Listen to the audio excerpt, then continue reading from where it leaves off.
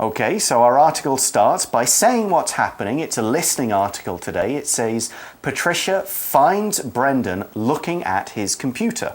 So I guess he's surfing the internet, typing away, he's doing something. She says, what are you looking for? So he's obviously online, on the internet. And Brendan answers, I'm looking for famous old streets in Taiwan, just like we were talking about in our introduction. An old street, somewhere that still looks like it did maybe 50, maybe 80, or even 100 years ago. That's right. They try to keep it like it was in the past. That way, people will go there and buy some of the famous things. And eat the food, see the old sites, and get an idea about what life was like there in the past.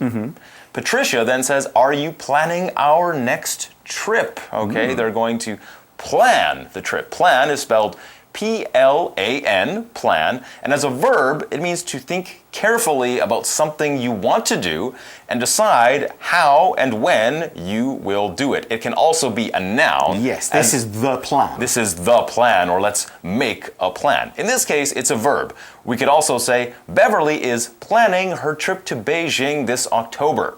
Beverly is planning her trip to Beijing this October. Okay, Brendan says, yes, I am planning our next trip, he means. So, of course, these two, as we know, they like to visit lots of places. Looks like an old street is next. He says, I really want to visit one, meaning an old street. Okay, he wants to go there. He's excited about taking this trip. Patricia says, why don't I take you to Nanzhuang Old Street? Ooh. It's in Miaoli County. Okay, we often see this word county when we're talking about Taiwan because the country is divided into counties. Yep. A county is an area of the country with its own local government. Okay, a lot of New Taipei City used to be called Taipei County. I remember that. That was I used to live there. You used to live in Banqiao. Banqiao, which was Taipei County. Taipei County, now it's just called New Taipei City. They just changed the name. Notice that when Patricia said that sentence, she said, why don't I? That's a phrase we often use when we're making a suggestion. We're making an offer. Why don't I do this? Why don't we go here? Something like that. A pretty common kind of phrase. Or you could say, why not do something? Exactly. Why don't we do something? How about we something? It's a polite way to make a suggestion without sounding too much like you're making a demand. We should, you should. That's or you maybe must. A bit stronger, yeah. It's like making a suggestion. Right, okay. Well, Brendan likes this suggestion. He says, let's go there tomorrow. Okay, so he's on board. They absolutely want to go check this place out, Nanzhuang Old Street. Patricia answers by saying, okay, I can show you around. Sounds like she's been there before. It sounds like she knows the place because she says she can show him around. To show somebody around, this is a phrasal verb or a phrase we often use in English. It means to act as a guide for someone who is visiting a place. For example, if Pat were to come to Canada, or to my hometown, I could show him around. Nice. And I would say, well, everything's covered in snow, so you can't see anything. Wow. But that's where that would be. Or you would see this if it wasn't covered in 6 feet of snow. Yep. Or if I were to visit England. Yes, I could take you and I could show you a pub that is around 800, 900 years old. So old, it's in a cave. I love history, a castle. especially histories of pubs. Yes. This would be great. Okay, I'm going to take you up on that offer to show me around. And let's take a look at an example of how we could use this. We could say, George showed us around when we went to visit him in Tokyo. George showed us around when we went to visit him in Tokyo. So remember, if somebody's coming to visit you in the place where you live or the place you're familiar with, you can say, I will show you around. Yeah, you've kind of got knowledge. You've been there probably at least once, probably more than once. And you know the best places to eat or the best places to see. Brendan wants to find out more. He needs to know more about this place to get himself really excited. So he says, tell me more about it. Now he uses the verb tell, T-E-L-L. Remember the past tense and the PP of that is told, T-O-L-D. So tell is to give information to someone either by speaking or writing. Okay, your teacher tells you things, your parents tell you things, you could read a letter that doesn't speak out loud and tell you things, but we still say the letter told me that, so on. Here's another sentence. Monica didn't tell me much about her new job. Monica didn't tell me much about her new job. Okay, so Patricia's going to tell him more all about this Nanzhuang Old Street. She says, well, for one thing, it was destroyed by an earthquake. Ooh. We've got another phrase here, for one thing. We often say this before we give a piece of information or a reason why something happened or how something happened.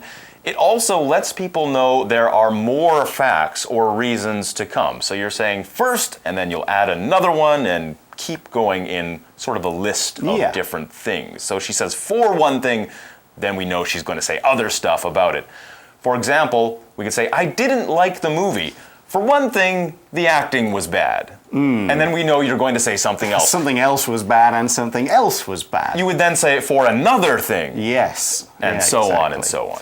We also saw the word destroy. Nanzhuang Old Street was destroyed by an earthquake. To destroy something is to damage it to the point where either it doesn't work anymore or it just can't be used. And in the case of a house or some of the buildings like in this street, if it's destroyed, it's knocked down, it's broken apart. People can't even live inside, it's just smashed. For example, the car was destroyed in the bad accident. Now, if it's destroyed, you're going to have to throw that thing away. You can't just fix it up. It's gone. Yeah, it's not going to work anymore. And Nanzhuang Old Street was destroyed in an earthquake. An earthquake we are very familiar with in Taiwan. We get hundreds of them every year. And if they're strong enough, that's exactly what happens. When the huge plates of rock under the surface of the earth move against each other, and they cause the ground to shake. Sometimes they shake back and forth. The really dangerous ones are where they shake up and down. Yeah. I think those are the big ones. For example, we could say there was a terrible earthquake in the south of Taiwan earlier this year. Yes, there was a very, very big one. And sometimes we do get those big ones where a lot of buildings get destroyed, unfortunately. Does Canada get a lot of earthquakes? On the west coast, Vancouver, which may be a city you guys are familiar with on the west coast, they get some small ones, but scientists say it's only a matter of time before they get a big one, too. And in the west coast of the United States, too, California gets some big earthquakes. And Taiwan, of course, is very all the time familiar with earthquakes. Yes, indeed. Most people don't even look up from their work or from their school books. The ground starts shaking. On going. Everybody looks up for a second. Earthquake. Okay, back to business. So Patricia says some of the buildings in the old street, they were destroyed in an earthquake. Brendan asks her, when was that? He's like, well, I don't want to go and visit a bunch of destroyed buildings. Patricia says, in 1935. Okay, we're talking a long, long time ago. Don't worry, though. Worry. Worry is spelled W-O-R-R-Y, worry. And it means to be anxious or unhappy about someone or something so that you think about them a lot. Yeah, you're always worried. You're always doing this. You're always concerned.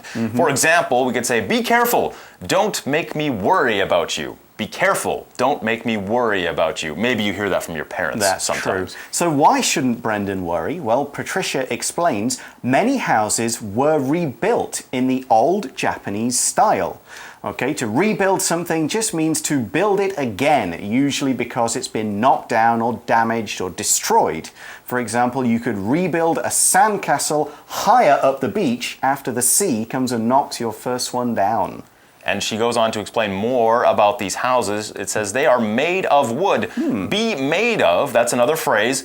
We use this phrase to talk about the materials used to make something like wood or metal, stone, glass, and so on. The Three Little Pigs' houses were made of straw, wood, and bricks. Okay. I think it ended badly for everyone except the brick pig guy who made the brick house. Okay, now the phrase be made of is our magic box. We're going to take a quick break now to find out more about the phrase.